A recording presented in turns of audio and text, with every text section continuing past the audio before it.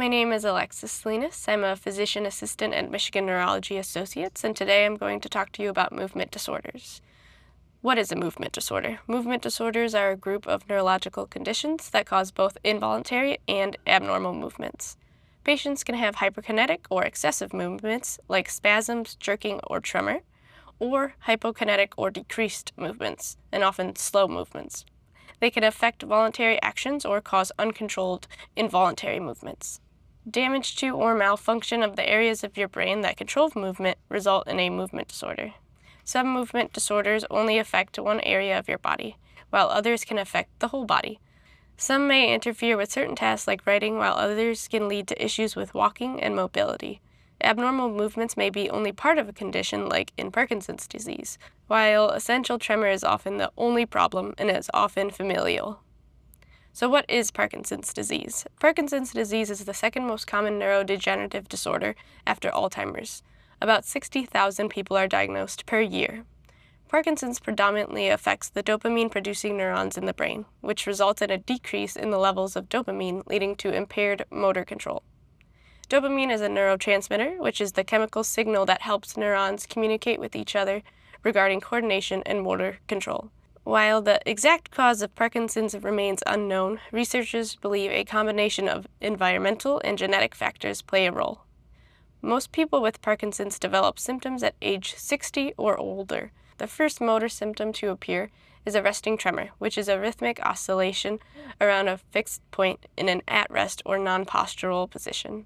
The main motor symptoms of Parkinson's are resting tremor, limb rigidity, slowness of movement, shuffling gait, and postural instability.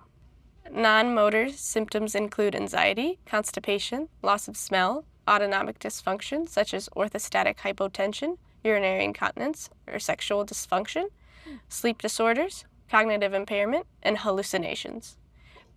Parkinson's is a clinical diagnosis, which means a patient's history, symptoms, and physical exam findings are used to make the diagnosis. However, if a patient's presentation is not clear, a test called a DAT scan can be done to aid in diagnosing the patient.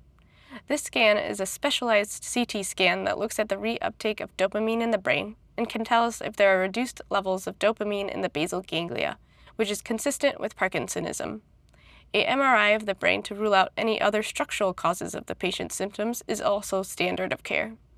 Currently, there is no cure for Parkinson's, but there are several medications to help control symptoms. The main medication used is called carbidopa-levodopa, also known as Sinemet, which helps to replace the reduced dopamine in the brain. There are also dopamine agonists, such as pramipexole, ropinirole, and Nupro, COMT inhibitors, such as entacapone, and MAO-B inhibitors, such as silalgilline and risalgilline. A specialized physical therapy program called LSVT Big and Loud can also help patients learn how to improve movements, speech, and voice function. If patients' symptoms remain uncontrolled with medication optimization, deep brain stimulation is another option that can be used to treat symptoms, but this does require surgical implantation of electrodes into the appropriate target in the brain and implantation of a pulse generator under the skin near the clavicle. This has been shown to improve tremor, dyskinesia, and motor fluctuations.